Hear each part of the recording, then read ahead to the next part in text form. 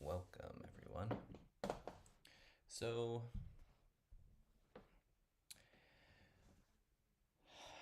I think today is going to look more like what my meditation practice looks like when I'm not streaming it. I have I did quite a bit of a to-do list, so I'm not really, this morning, so I don't really have the energy to do some content. But what I do have the energy for is your favorite part of the day, your dopamine hit of the day. It is the thing that you've been looking forward to, the thing that makes everything better. What could it be? Well, it's the simultaneous sigh. All you have to do on the count of 3 is take a big breath in of this beautiful air that surrounds us, and breathe it out in a sigh in synchrony with me. Ready? 3, 2, 1.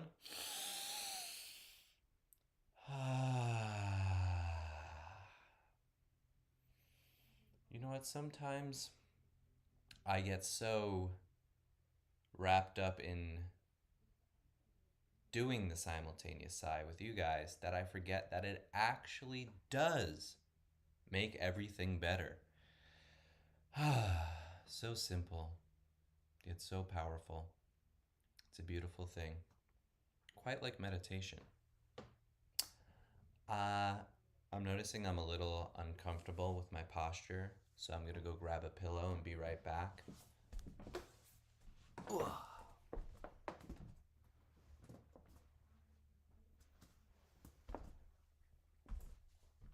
It's important to do what you need to do to be comfortable.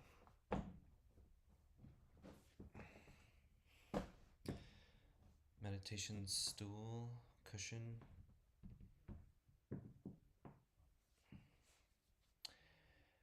Those are important things.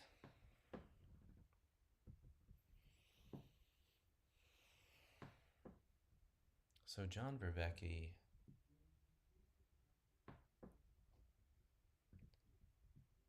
introduced me to this idea of rocking at the beginning of your meditation to feel your way into your center with regard to your posture. So you start by centering the body.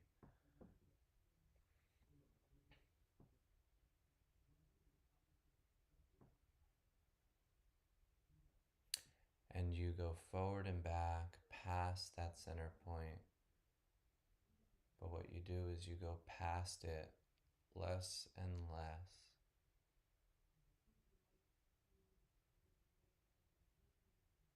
And you feel your way right into your center.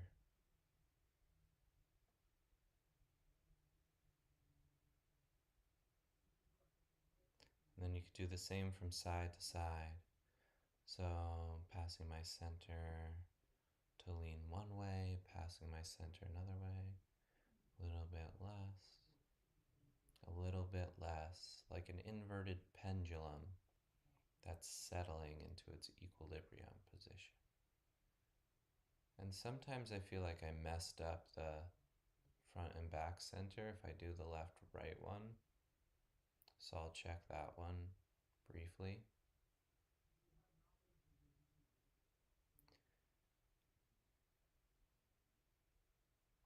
Then you can do your head independently from your torso. And sometimes I think, should I do the head one first?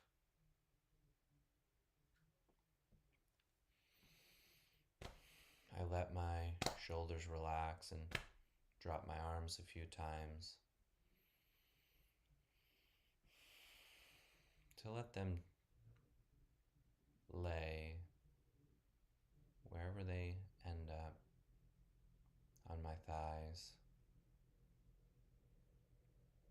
Just letting them drop and stick to wherever they land.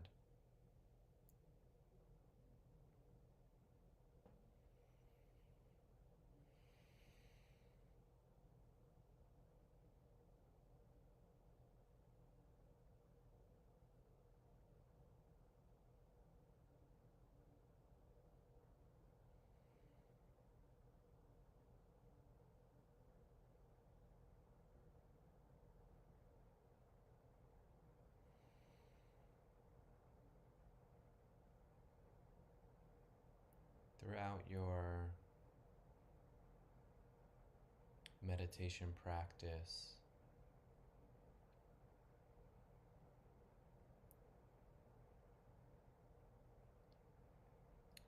you want to sort of tune up the volume knob to, except it's not volume, it's stimuli, to where you need it to be as you start, because you want enough stimuli to be able to hold your attention at the beginning of your meditation practice. So it can be the sensations, all the sensory information that you have, that's your stimuli during your meditation. And you can direct your attention to some or all, your sight, what you see, the lights around you. Really be present with that in a non-judgmental, I'm just receiving all those photons, and I'm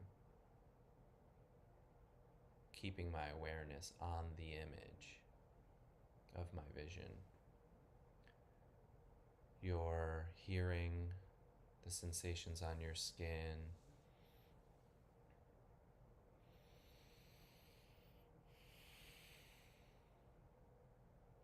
Traditionally, awareness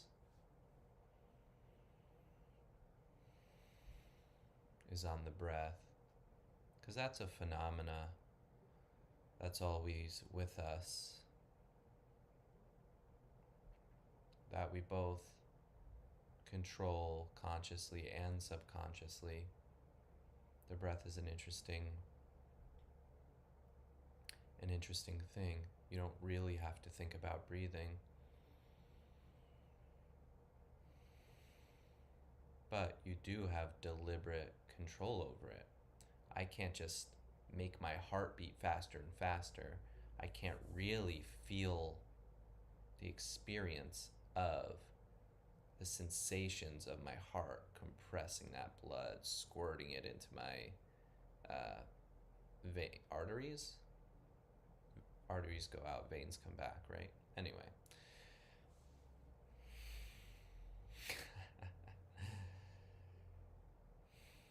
But the breath,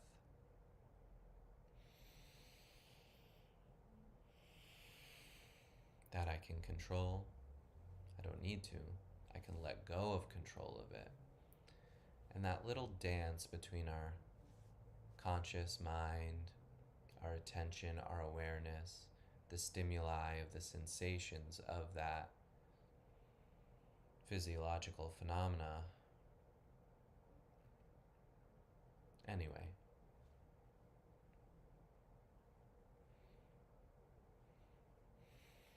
The breath is an interesting place. It's a miracle.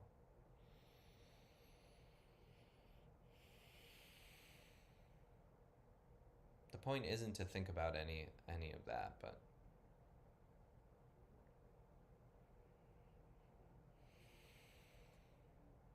from time to time to think about it.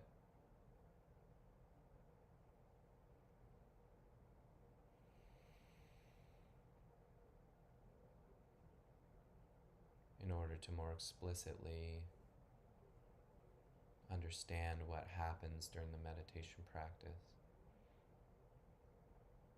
Why and how, the mechanisms in our mind, understanding our own psychology.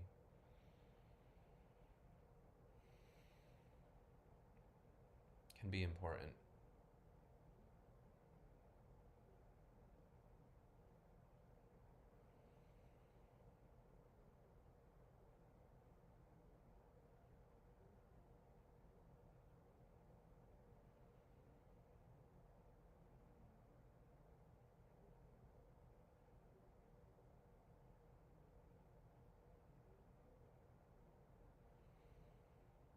did kind of take a lot of convincing to develop a meditative practice. I had the intention of trying meditation out for years before I really gave it an honest try.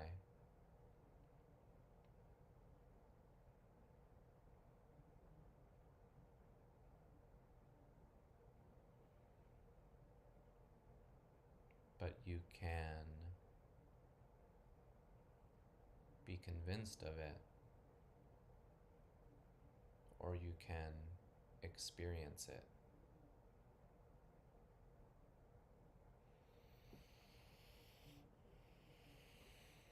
So let's try to cultivate that experience together.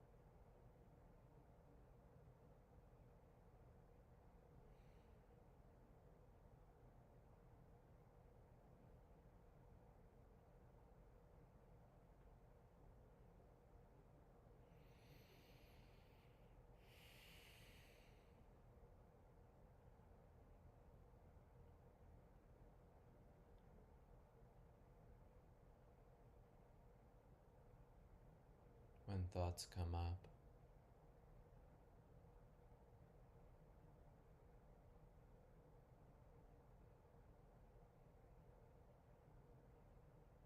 simply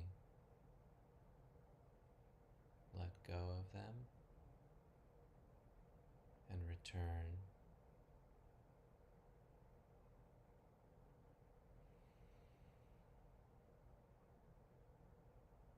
to your present moment awareness.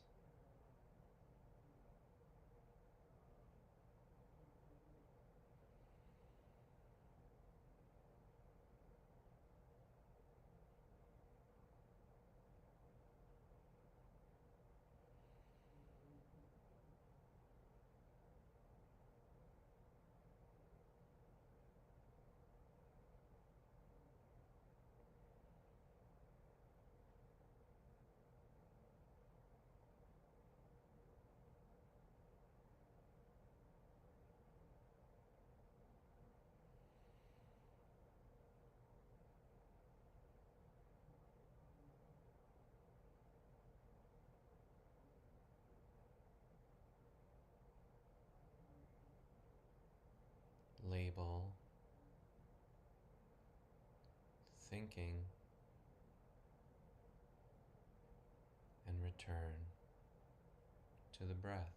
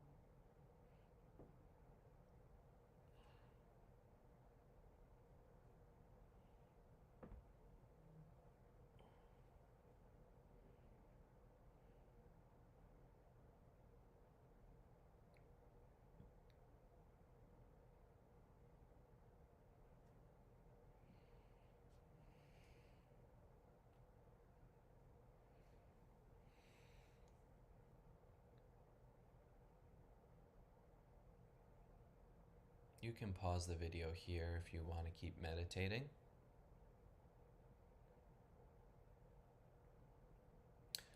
I'm going to move on now to the meaning part of the program. It is mindful before meaning after all. And I'm just going to grab the first book, this little pamphlet on the top of my new books that I have from my visit to the monastery, An Introduction to Insight Meditation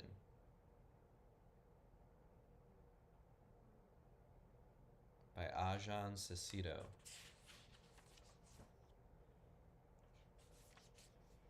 The aim of this booklet is to serve as an introduction to the practice of insight meditation, as taught within the tradition of the Theravada Buddhism.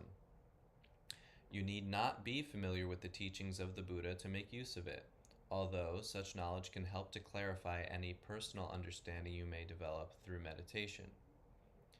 The purpose of insight meditation is not to create a system of beliefs, but rather to give guidance on how to see clearly into the nature of the mind.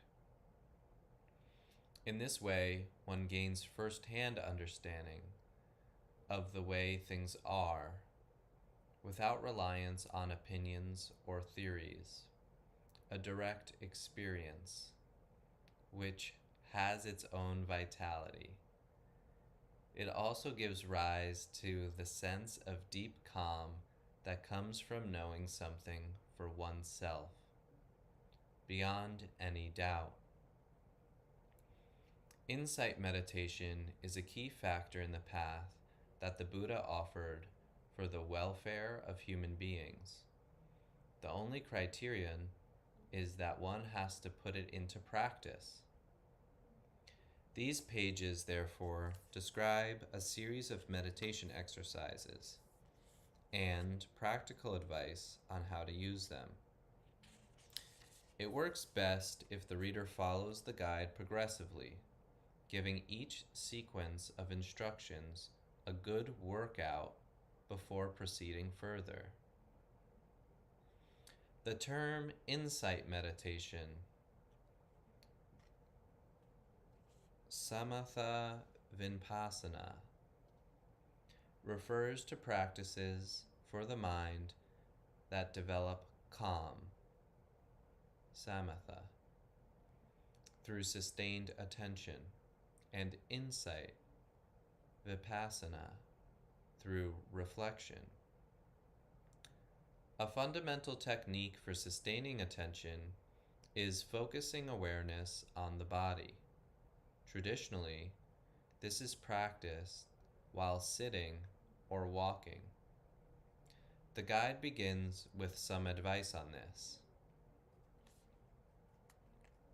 Reflection occurs quite naturally afterwards, when one is comfortable within the context of the meditation exercise. There will be a sense of ease and interest, and one begins to look around and become acquainted with the mind that is meditating. This look around is called contemplation, a personal and direct seeing that can only be suggested by any technique. A few ideas and guidance on this come in a later section.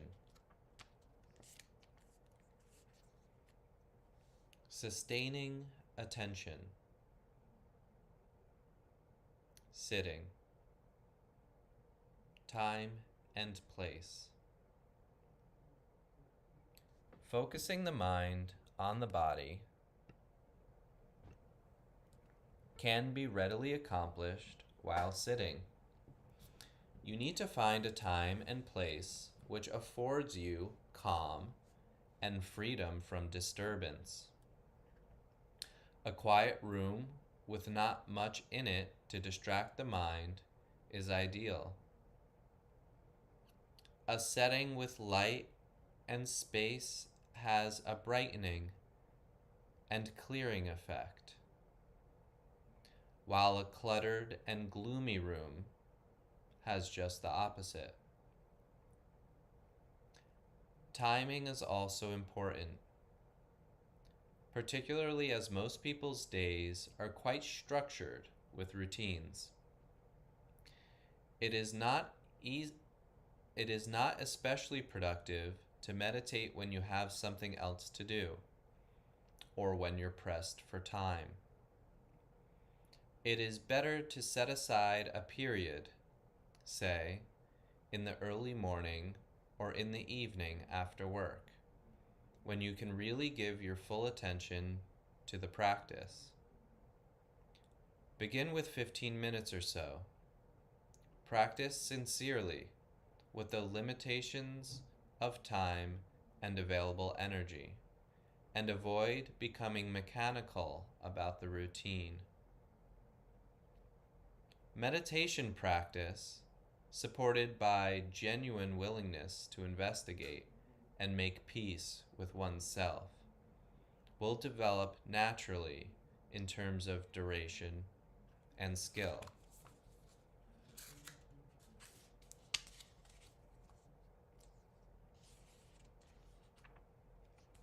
Awareness of the body. The development of calm is aided by stability and by a steady but peaceful effort. If you can't feel settled, there's no peacefulness. If there's no sense of application, you tend to daydream.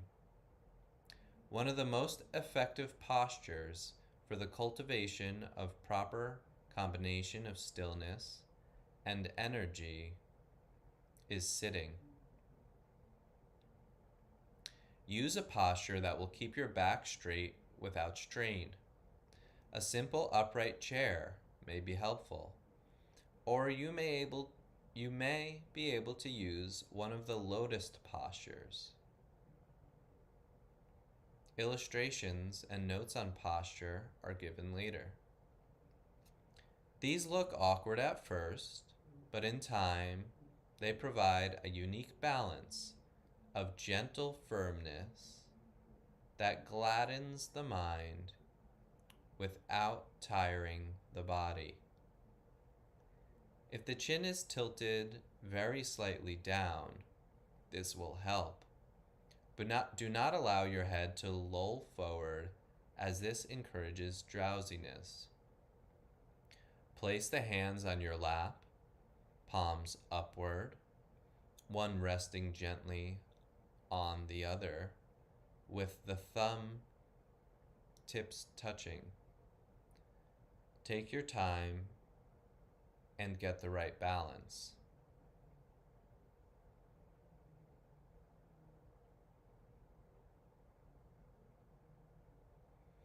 Now collect your attention and begin to move it slowly down your body.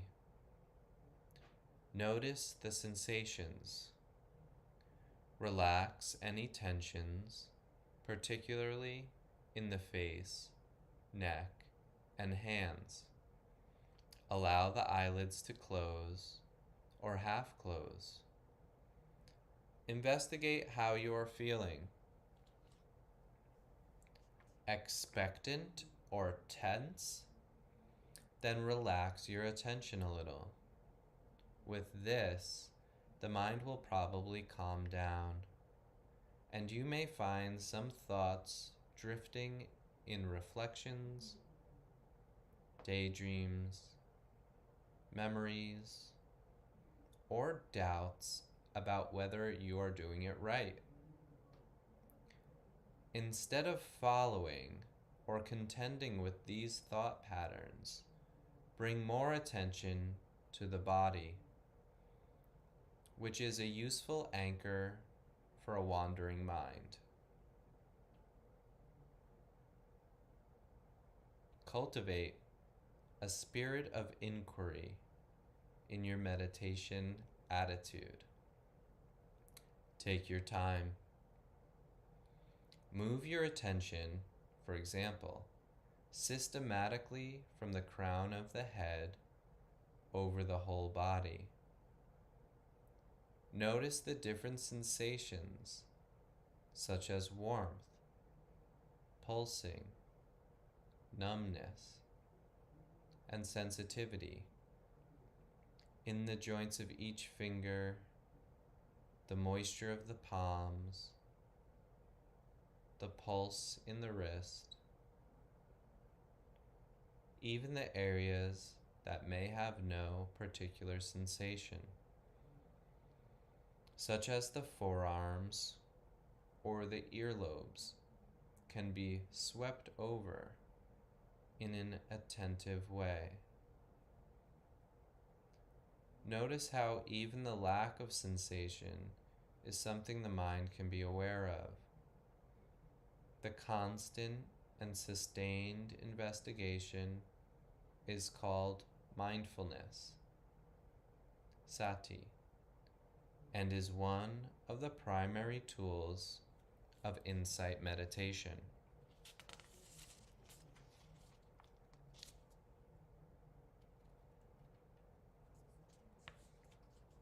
Mindfulness of breathing. Let me see if I can pronounce this word. Anapanasati.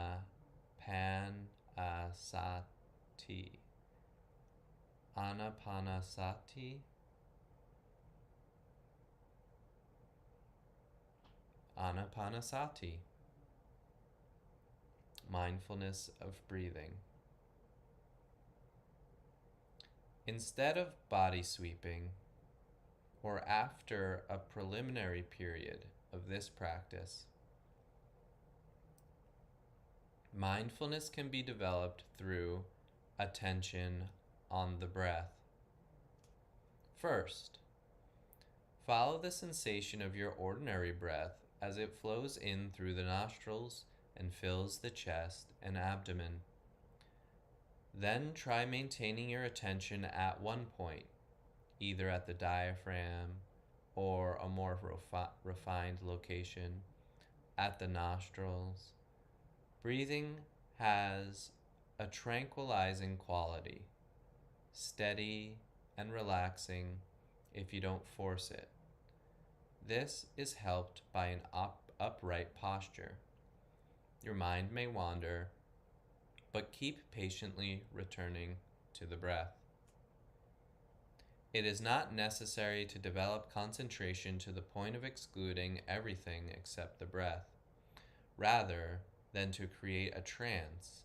The purpose is to allow you to notice the workings of the mind and to bring a measure of peaceful clarity into it.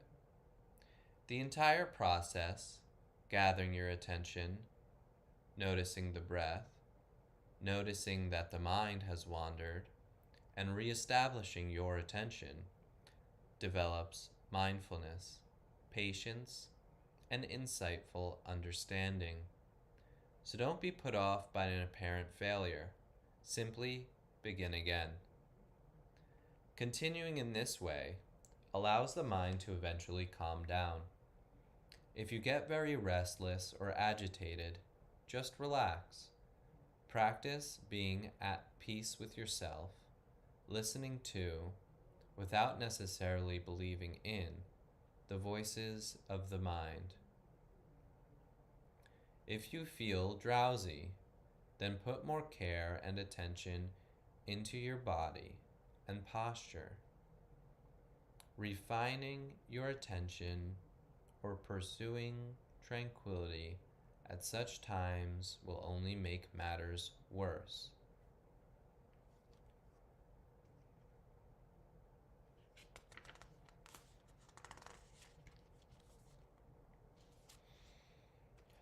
Walking and standing.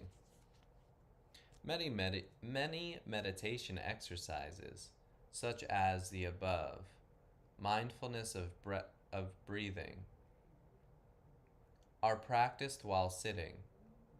However, walking is commonly alternated with sitting as a form for meditation. Apart from giving you different things to notice, it is a skillful way to energize the practice if the calming effect of sitting is making you dull.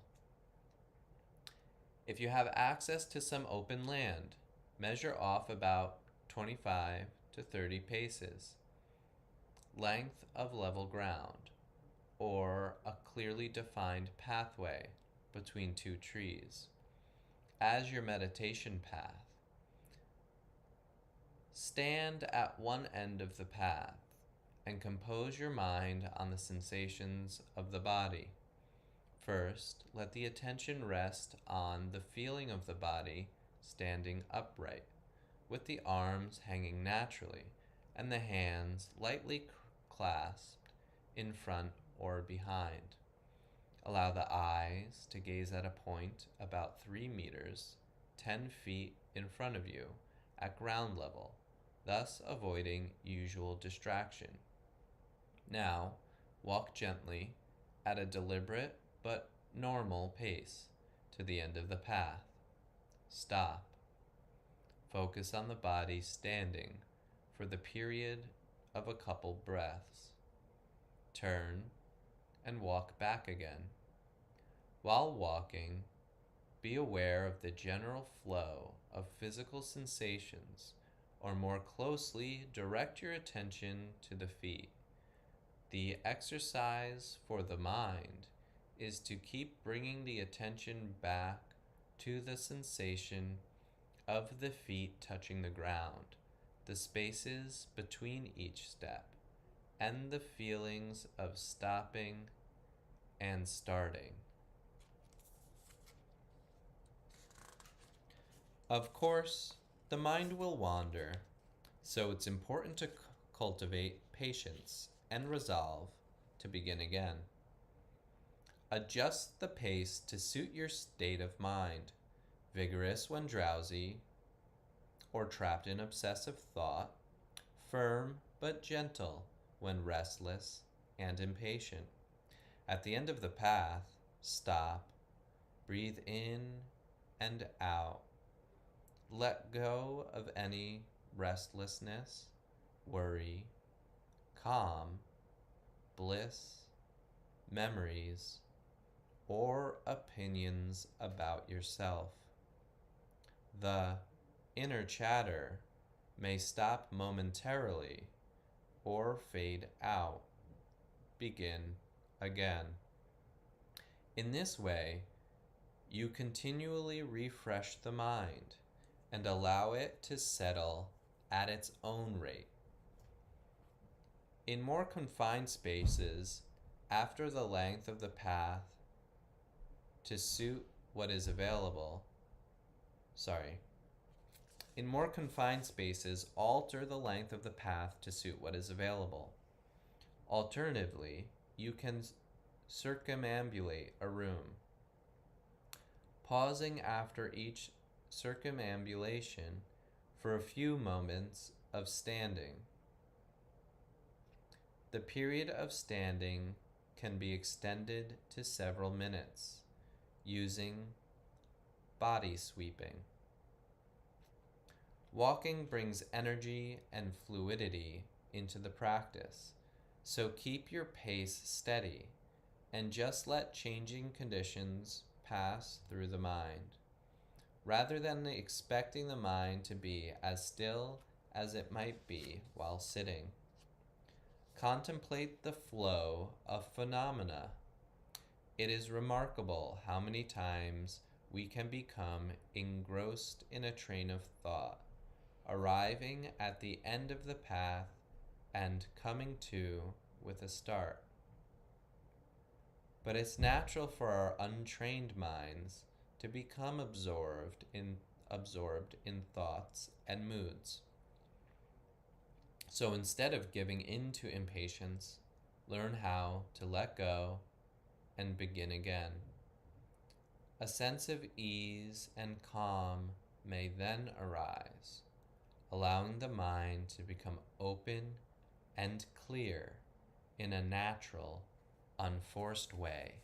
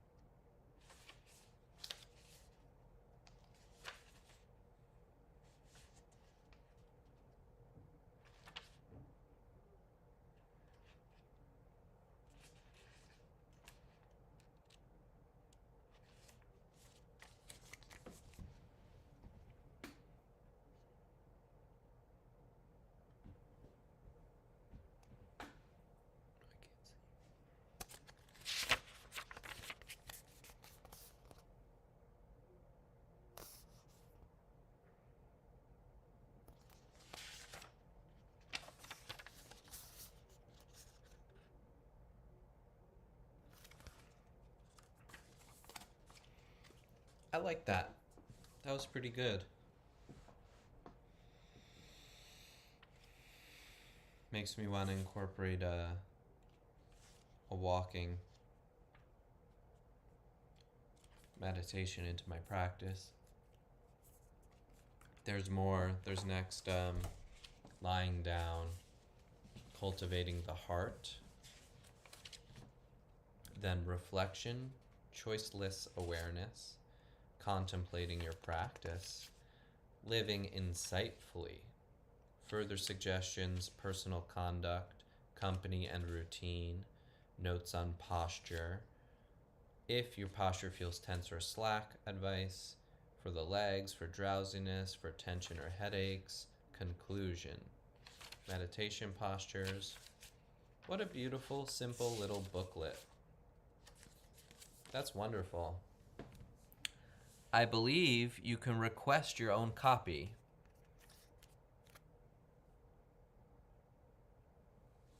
Somewhere online.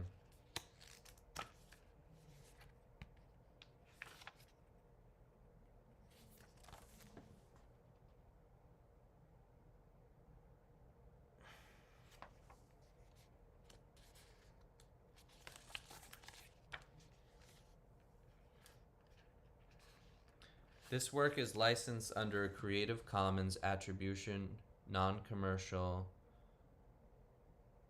license. You are free to copy, distribute, display, and perform the work. Under the following conditions: attribution, you must give the original author credit. Non-commercial, you may not use it for commercial purposes. You may not alter, transform, or build upon this work. No derivative works. That's interesting.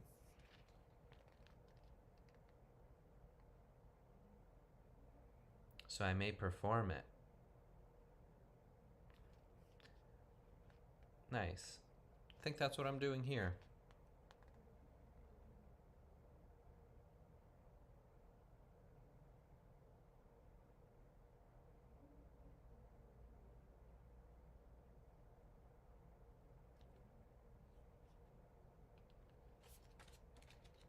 Well, this is this is kind of funny.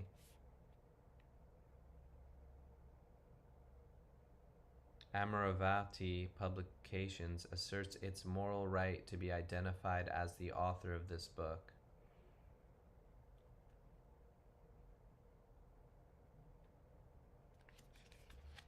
So there you go. Gotta give credit when credit is due. That's reasonable. Get yourself a copy.